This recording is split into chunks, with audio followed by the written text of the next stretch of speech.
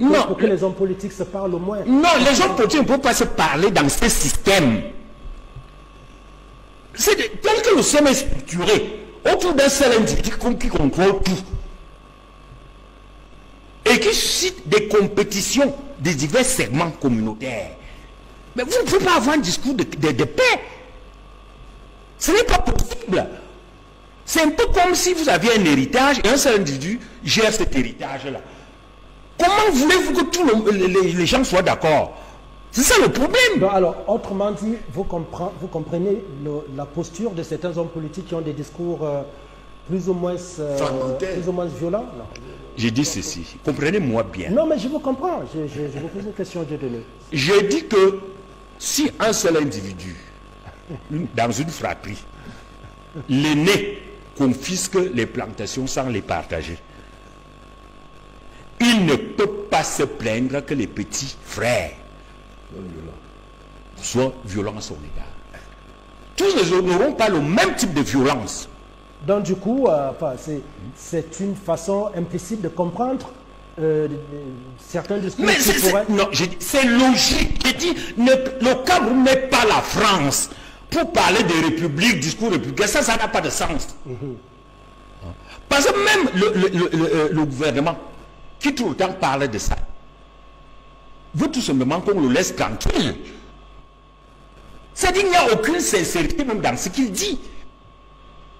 Il est plutôt agacé, n'est-ce pas, que dans sa jouissance du pouvoir, que d'autres personnes viennent contester. C'est pour ça qu'il parle de ça. Et vous, quand vous dites, vous êtes en train de relayer ce discours-là. Il n'y a aucune sincérité. Le problème aujourd'hui, c'est qu'un pays ne peut pas fonctionner durablement dans la paix quand il n'y a pas un consensus sur les fondamentaux. Et le problème du Cameroun, c'est le consensus sur les fondamentaux. Nous divergeons sur tout. On parle par exemple d'autochtonisme. Quand les autres disent qu'il n'y a pas d'autochtonie. Ok. Il y a donc une sorte... C'est-à-dire, le vrai problème, c'est que le parti au pouvoir, je ne veux même pas appeler le RDPC, le système postcolonial a imposé un modèle qu'il ne veut pas revoir pour l'ajuster aux exigences du Cameroun réel. Il veut continuer comme ça, alors que le système est en train d'exploser dans tous les sens. Donc, je dis une fois de plus, il faut de vraies réformes dans ce système. Parce que, tant que le modèle fonctionne, le pouvoir d'étudier est devenu un enjeu de mort. C'est la bataille de succession. C'est pour ça que les gens, quand des gens annoncent des guerres, la machette, tout ça, c'est parce qu'on a ce pouvoir-là. C'est ce pouvoir-là qu'il faut réformer. Il n'est pas normal qu'un seul individu contrôle autant de ressources, autant de... Ce n'est pas normal. Parce que quand vous avez ça, il y a d'un côté le reste des Camerounais et de l'autre côté, bien seul. Mais c'est pas pour autant qu'on comprendra ceux qui viendront avec des machettes ou des... Mais bien, puisque c'est l'enjeu, on ne comprend pas pourquoi. L'enjeu essentiel, c'est le contrôle des ressources collectives. Hein? Mais vous ne pouvez pas concentrer ça et attendre la paix. Et vous n'appelez pas, mais vous n'appelez pas dans ce cas votre chef de famille autour d'une table, d'une palabre et puis régler les problèmes. Mais vous prenez la machette, non, il n'est pas bien sûr. Si le chef de famille ne comprend pas, que vont faire les frères? Donc en réalité, c'est le modèle qui crée les conditions. Quand les gens s'expriment comme ça, ces expressions-là expriment la violence intrinsèque du système. Mais le problème, c'est que vous vous mettez à la place des dirigeants qui veulent la paix. Ils veulent la paix parce qu'ils mangent. Hein? Ils veulent manger en paix. C'est pour ça qu'ils jugent le discours des autres. Mais les autres réclament aussi leur tour. Au Cameroun, le pouvoir ça réalise aujourd'hui en termes de quoi? En termes de rotation tribale. Okay. Moi, je dis que Weber, dans aucun manuel de Weber, je le dis à l'autorité en tant que professeur de droit public et de sciences politiques, Weber n'a parlé du modèle communautariste. Je vous dis nulle part. Et la crise que nous avons aujourd'hui, mais c'est la crise de l'État qui a entraîné une crise du droit. Qu'est-ce qu'il faut faire pour éviter cela? Il faut sortir du désordre et du dérèglement que nous vivons autour du président. C'est-à-dire que, regardez, quand vous avez une crainte, vous avez mon ami, parce que, vous voyez, moi je cite mes amis. Je vais vérifier auprès du ministre Atangandji. Je vous jure que même si Atangandji ne me voit plus, j'ai cheminé avec Atangandji, le ministre Atangandji. Quand il dit, il parle de Molinex. Est-ce que c'est bien? Quand vous voyez les acteurs qui accompagnent le chef de l'État, les problèmes de justice, il faut repenser l'État. Lorsque Dieudonné Somba dit que ceux qui se lèvent, quels sont ceux qui se lèvent pour parler? C'est des gens qui veulent préserver leurs intérêts. Regardez aujourd'hui, et c'est là où j'en veux un peu au ministre Kamto. Le ministre Kamto, j'ai l'impression que c'est aussi un espion du régime, du système. Pourquoi? Parce que, avec un peu de sagesse, il est dans une dynamique, c'est lui ou rien. Quel est ce système où un leader politique ne peut pas discuter avec les autres? Et quand vous observez très bien, autour du président Paul Biya, c'est le désordre et le dérèglement qui règne. Le président dit, je verrai si je vais me présenter ou si je dois aller me reposer. Mais les gens lui disent que non, il faut y aller, il faut y aller. Est-ce qu'ils ont la sagesse du président? Ramenez donc sur la problématique centrale de votre question. Qu'est-ce qu'il faut faire? Il faut, parce qu'il y a une bataille de succession, il y a une confiscation de la gouvernance. C'est-à-dire que si vous faites des statistiques réelles, vous allez voir que 2% de personnes dans l'ordre gouvernant confisquent 98% des attentes des Camerounais. Il faut repenser la gouvernance. Vous savez, quand les gens se mettent à vous parler, l'opposition a fait ci, l'opposition a fait ça. Mais l'opposition, ce n'est pas elle qui va nous donner des routes. Ce n'est pas elle qui va nous donner de l'eau. Ce n'est pas elle qui privilégie la pédophilie. C'est-à-dire que les petits-enfants qui sont violés au quotidien. Ce n'est pas elle qui est à l'origine du mauvais whisky, du mauvais vin et de tout ce que nous consommons de frélatés, où je vais vous donner des chiffres de l'OMS. Toutes les 23 minutes, toutes les 10 minutes, je vous donne les derniers chiffres, 25 Camerounais meurent. Ça veut dire que nous avons aujourd'hui au Cameroun 500 morts par mois. Comment éviter ça? Comment redonner de la vitalité aux Camerounais? Lorsque nous savons qu'autour du président Paul Biya, certains ont créé le vide. On a atteint un stade où on doute même de ce que certains collaborateurs du chef de l'État viennent nous proposer. Où est l'affaire Martinez? Amour Bilinga est en prison. Au-delà de cela, quand vous voyez des gens comme les rapports de la CONAC, qu'est-ce qu'on en fait? Et au-delà de là, où est les affaires Covid, les affaires des stades? C'est pourquoi je vous dis qu'un homme politique accompli, ce n'est pas mieux ce qu'ils décrivent. Ils ont raison. C'est un des éléments vrais. Mais un homme politique, c'est quelqu'un qui, comme l'a si bien démontré Essomba, c'est des gens qui règlent les problèmes de la société. Pour moi, je prends la définition de Michel Alliot, un homme politique professionnel, c'est celui qui apporte le bonheur à son peuple. Celui qui règle les problèmes, qui ne laisse pas les gens dans l'incertitude. Le Cameroun vit dans une incertitude terrible. Autour de cela, qu'est-ce qu'ils ont donc mis en place? La bataille de succession. Je termine, vous allez encore me reprocher du distrait. J'étais étudiant, j'avais 20 ans. Quand j'étais le patron du parti à Paris, le ministre Grégoire Onaki répond à Kamto. Il était déjà secrétaire général du comité central. Adjoint. Citez-moi un pays où un monsieur peut être 30 ans secrétaire général adjoint. C'est bloqué. Le problème d'Ateba Yéné, mes problèmes, c'est que dès que vous levez la tête, où est Adama Modi? il a assouté. Et où sont les autres? Ils ont créé le vide autour de ce qu'on appelle une proie qu'on appelle Paul Biya. Pour être député, Paul Biya a dit que. Pour être maire, Paul Biya a dit que. Mais vous vous dites quoi?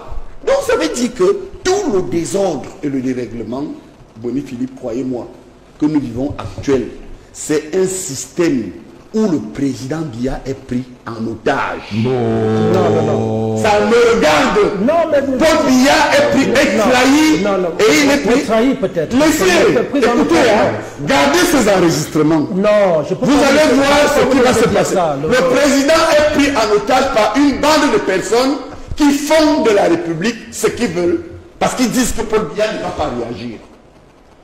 Non, ça peut vous choquer. Non, ce que vous dites ici ne vous engage pas que. Ça engage bien. Ça engage, sortez donc Amoubou Belinga de prison. Qui l'a mis en prison? S'il n'est pas en prison. Mais c'est le système. Non, je ne parle pas du RDPC. Okay. C'est des règlements de compte. Vous savez, Boni, vous savez, quand je parle, hein, je suis un homme juste. Je suis un homme juste. Ateba Yene et moi, il y a quelques ans, moi je ne parle pas des autres. Je vous avais donné 2 minutes pour oui, ça. Bon, nous avons eu le courage. Bon, je suis donc pour vous dire que s'il y a eu quelqu'un de privilégié dans ce système, chef du département, membre titulaire du comité central, professeur titulaire, avait un salaire de plus de 500 000 francs par mois. Et je ne vous compte pas d'émission, c'est moi. Il y avait tout pour que je ne dénonce pas ces délits. Vous comprenez? Et vous allez voir une dernière remarque, que ceux qui viennent pour la plupart dans les plateaux de télévision, ce ne sont pas des gens qui portent sur leur casquette de grandes responsabilités. Parce que ceux qui portent des responsabilités comme ce que moi j'avais, ils ne parlent pas dans les palais. Citez-moi, citez-moi 2 personnes ayant de grosses responsabilités, en dehors d'un garçon comme Hervé Emmanuel Combe, avec un poste comme celui que j'avais, et membre du comité central qui disent que ça ne va pas. Ngalé Bibé. Ngalé est brillant. Il est membre du comité central.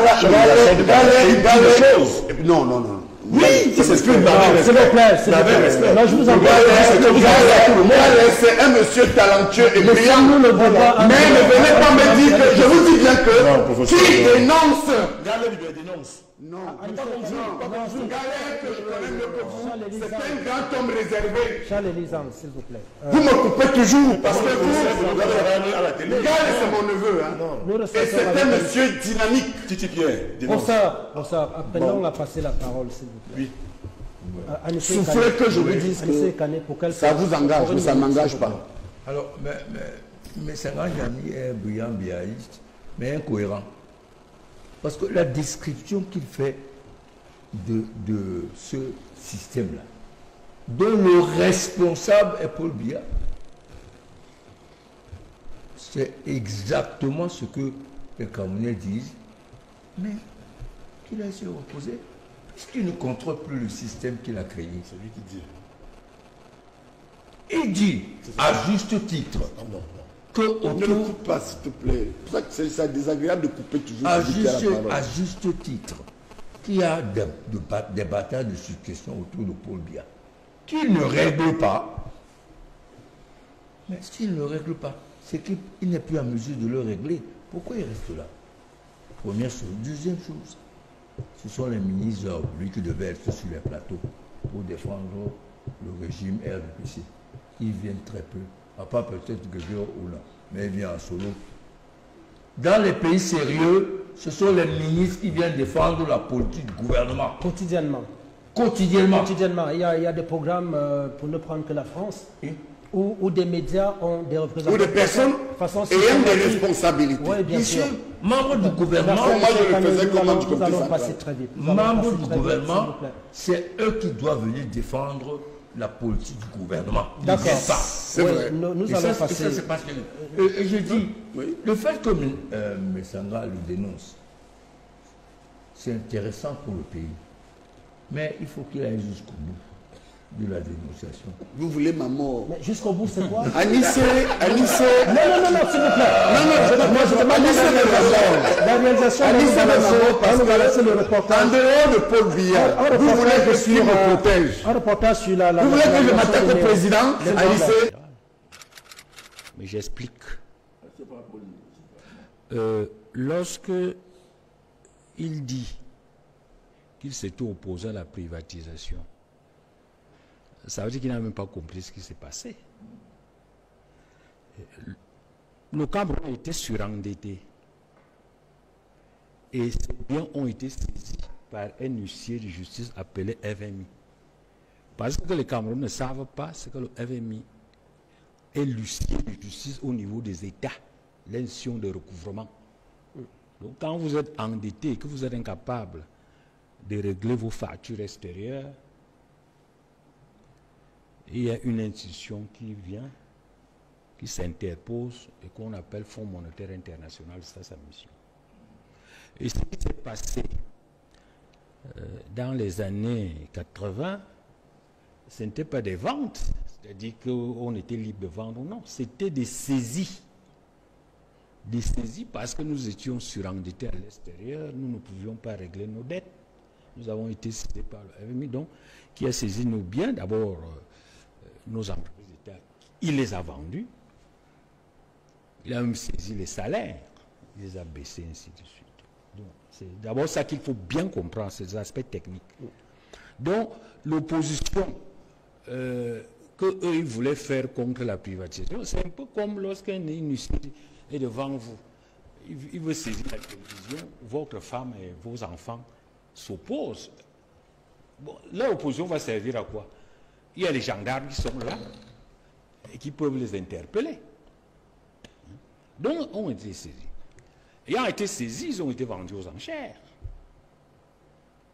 Maintenant, après la crise, on a retrouvé une certaine santé économique. Nous nous proposons donc de racheter ce qui nous avait été pris. Alors, la question, c'est que d'abord, ce rachat-là, c'est pour combien de temps? À supposer qu'on rachète. Le Cameroun aujourd'hui endetté pour 14 000 milliards, donc plus de 11 000 milliards à l'extérieur. Et le FMI est là.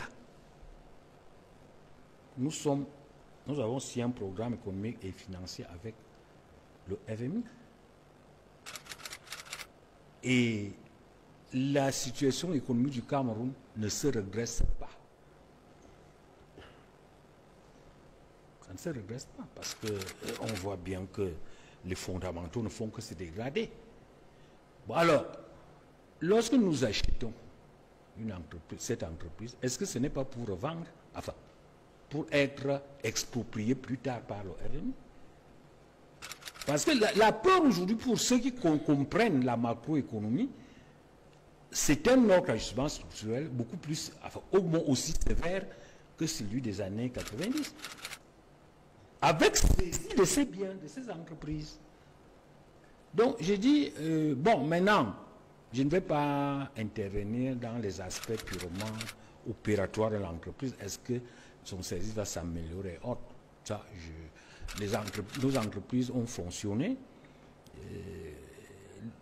Elles ne fonctionnent pas très bien. C'est pour ça d'ailleurs que le pays est entré en crise et que le FMI a eu l'occasion de saisir nos biens et de nous exploiter de nos biens. Donc, la question aujourd'hui, c'est que est-ce que c'est vraiment opportun? Moi, je ne pense pas.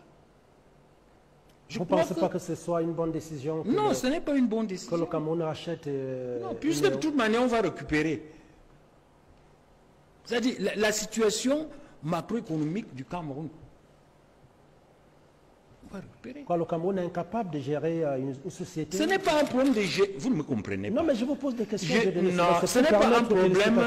Ce n'est pas un problème de gestion. Je dis qu'il y a un ajustement structurel dans lequel on va encore ressaisir cette entreprise. Bon, il faut comprendre ce que j'ai dit. C'est-à-dire, on est sorti de la crise en 2006. En 2006, nous étions endettés pour 900 milliards. Parce que quand on tombe dans la crise, on est endetté pour 11 000 milliards. Ce sont ces 11 000 milliards qui nous plongent dans la crise, dans l'ajustement. Parce qu'il fallait rembourser les dettes extérieures. On a donc saisi nos biens qu'on a vendus aux enchères, c'est ça qu'on appelle privatisation. C'est des euphémismes pour désigner, n'est-ce pas, une saisie-vente au niveau des États. Parce qu'on ne va pas dire qu'on a saisi les biens du Cameroun pour vendre aux enchères.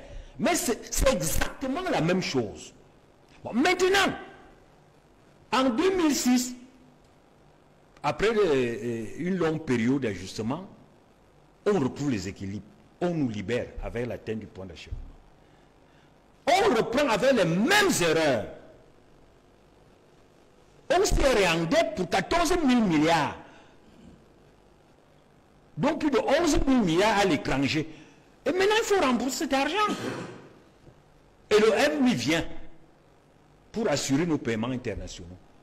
Maintenant, est-ce que c'est un lieu de reconstituer un capital appartenant à l'État? L'intelligent aurait même voulu que ce soit les régions qui achètent. Si moi j'avais été le conseiller du gouvernement, je lui aurais dit non. L'argent que tu as là pour acheter, remets ça aux régions. Un peu comme un polygame. Bon. Pour éviter d'être saisi, qu'est-ce qu'il va faire? Il va remettre ses biens à ses femmes. Parce que Lucien, les femmes ayant chacune son patrimoine, Lucien ne viendra pas. Mais maintenant, là, quand ils achètent, c'est cet énéo-là que le FMI va saisir en premier lieu. Donc, au vu du contexte que vous décrivez, le Cameroun est incapable actuellement de gérer une société comme Enéo, c'est ça? Non, je dis la gestion technique, oui. C'est-à-dire nommer les gens, gérer peut-être, équilibrer les comptes. Si on met les gens qu'il faut, à la place qu'il faut, avec les procédures, l'entreprise va marcher. Mais je dis que les conditions macroéconomiques du Cameroun ne lui permettent pas de prendre ce genre de risques, sauf à le faire à travers les régions. D'accord. Mais Dieudonné Somba, est-ce que vous pensez que le processus va aboutir, processus de rachat, puisque Enéo pose Actis, je veux dire, Actis pose des conditions. Non, c'est des d'apurement des arriérés, par exemple. Non, ça c'est des problèmes purement financiers. Ce n'est pas là le problème. Oui, mais c'est des conditions qu'ils posent, Dieudonné Somba. Non, c'est des conditions qu'ils ont posées. C'est un contrat d'achat. Oui. Les conditions qui pour le Cameroun ont assez d'argent pour acheter, ce n'est pas là le problème. C'est-à-dire, vous pouvez créer ce genre de problème. Le problème des néo n'est pas la capacité du Cameroun de l'acheter. Ce n'est pas ce que je dis. Moi, je suis un spécialiste de l'économie, de la macroéconomie. Mais je dis que l'opération n'est pas opportune maintenant pour la simple raison que nous sommes sous ajustement et que Lucien Justice est là. Parce que quand il faut bien rembourser la dette, il faut bien nous contraindre à rembourser la dette. Mais vous dites que ce n'est pas un problème. Si ce n'était pas un problème de donner son bas, Actis n'aurait pas posé ces conditions, non, quand même. Monsieur Boni, non, j'ai dit Monsieur Boni. C'est dans les documents officiels, je suis désolé de donner son bas. C'est dans les documents officiels. Actis pose clairement des conditions. Non, c'est des centaines de milliards de francs CFA. Ouais. J'ai dit, Actis pose des conditions d'une transaction. Mais il est sur les principes. Moi, le seul Cameroun accepte les conditions, il paye non. Bien sûr. Vous me demandez quoi si le Cameroun est capable de respecter les conditions d'une transaction. C'est une transaction. Et dans une transaction, chacun pose des conditions. Mais ce n'est pas là le problème. Non, pas du tout. Le Cameroun peut prendre un emprunt et payer. Il peut lancer un emprunt obligatoire, il paye. Ce n'est pas là le problème. C'est-à-dire que le Cameroun peut réellement racheter en mobilisant les moyens. C'est un détail. Ce qui est important, c'est qu'avec cette situation macroéconomique et la présence du FMI au Cameroun, depuis 2017, est-ce qu'il est prudent pour le Cameroun d'acheter un bien alors que Lucien Justice est là? Parce que sinon, nous serons encore obligés, le FMI va reprendre ses biens comme un huissier de justice et les revendre. c'est-à-dire l'eau bradée, comme le font tous les huissiers de justice.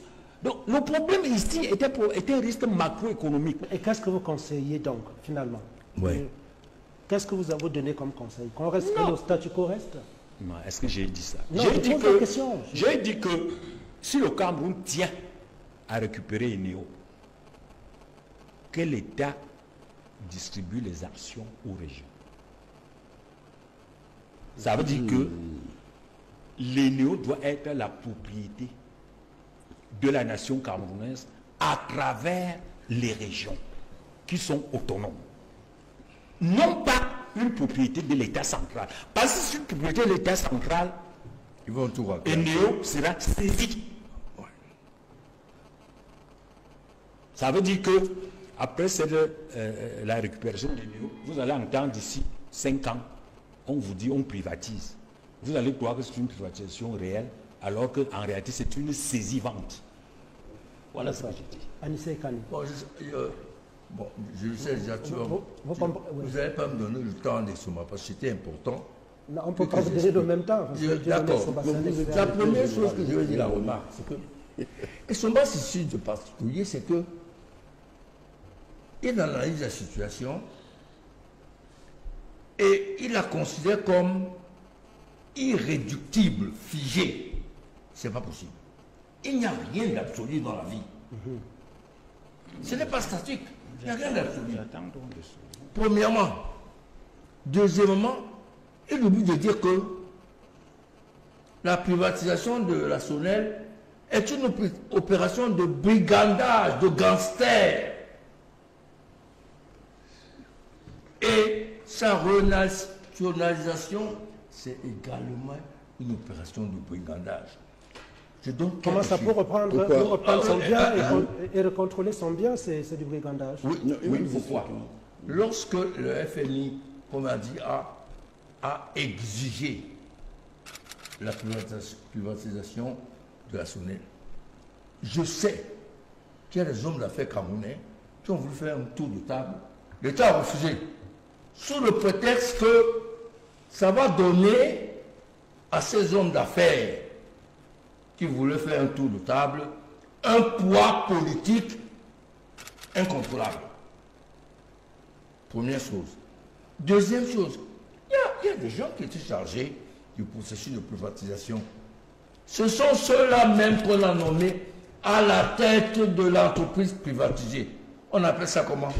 Délit d'initié. C'est du brigandage. Aujourd'hui, Actis avait pris l'engagement de moderniser l'appareil de production et de distribution. Il n'a pratiquement rien fait. Ça faisait partie du contrat. Son loulou, sa feuille de route. La réparation de son loulou, c'est 78 milliards. C'est-à-dire le prix de rachat. De rachat. Moi, je ne sais pas comment on appelle ça. Plus grave, les gens qui ont négocié la privatisation personnelle sont les mêmes aujourd'hui, par des artifices de sociétés d'écran qui sont dans la vente d'actifs. C'est quel pays ça? Alors, quand vous posez la question à Soba, qu'est-ce qu'il faut faire? La première chose qu'il faut faire, c'est de faire un audit sur cette affaire de privatisation et mettre en avant les responsabilités de ceux qui sont occupés de cette opération. On fait le bilan d'une opération qui apparaît aujourd'hui comme une faillite, puisqu'on revient au point de départ. Où sont les responsables? C'est comme si on a ces pertes et profits.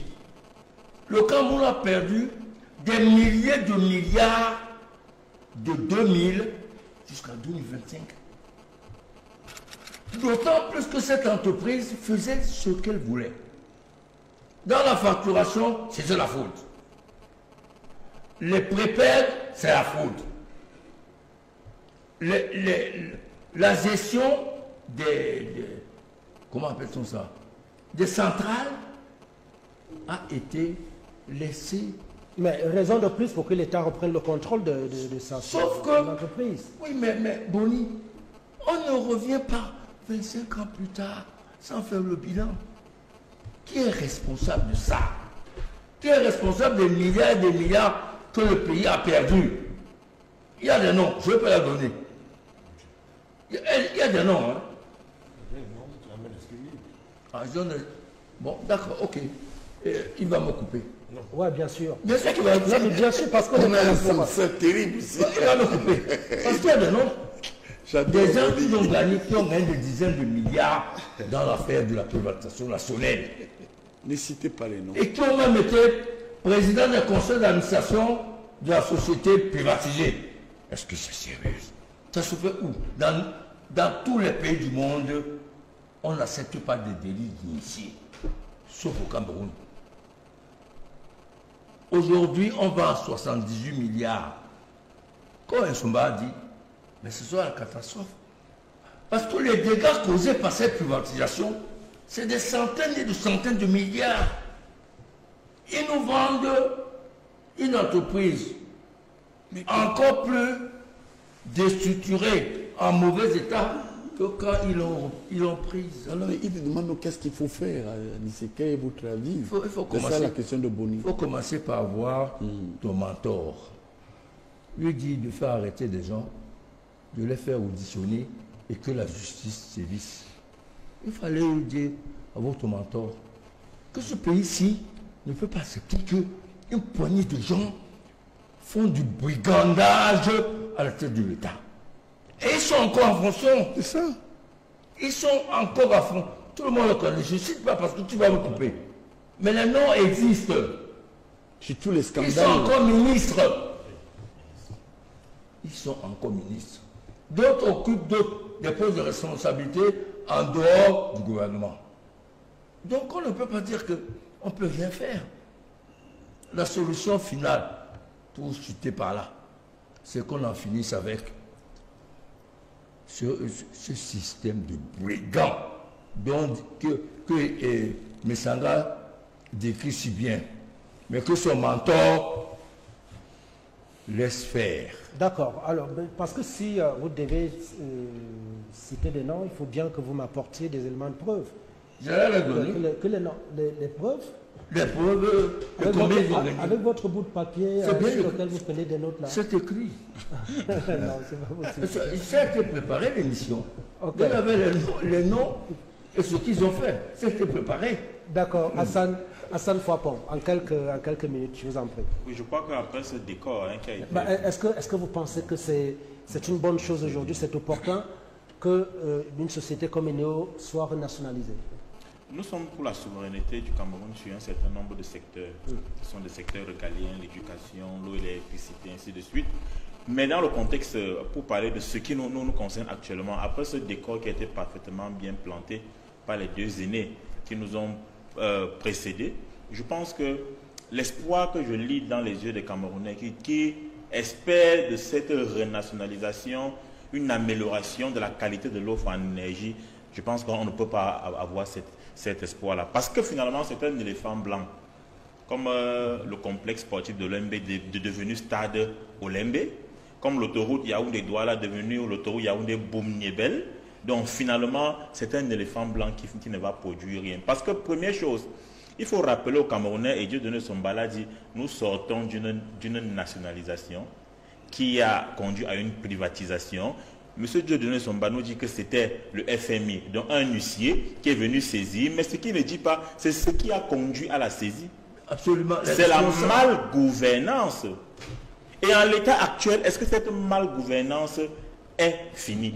Quand je dis donc que c'est un éléphant blanc, c'est parce que tant que vous avez le même système, rien ne va changer. Première chose, un système hyper centralisé, où vous avez des gens qui veulent tout contrôler et ne rien laisser aux autres. Ce sont eux qui contrôlent la nationalisation, la privatisation, la renationalisation, la gestion de l'entreprise. Ça va aboutir à quoi? Deuxième chose, un système gouvernant qui est marqué par la gabégie, la malgouvernance, les détournements. Ça ne va rien produire de manière simple.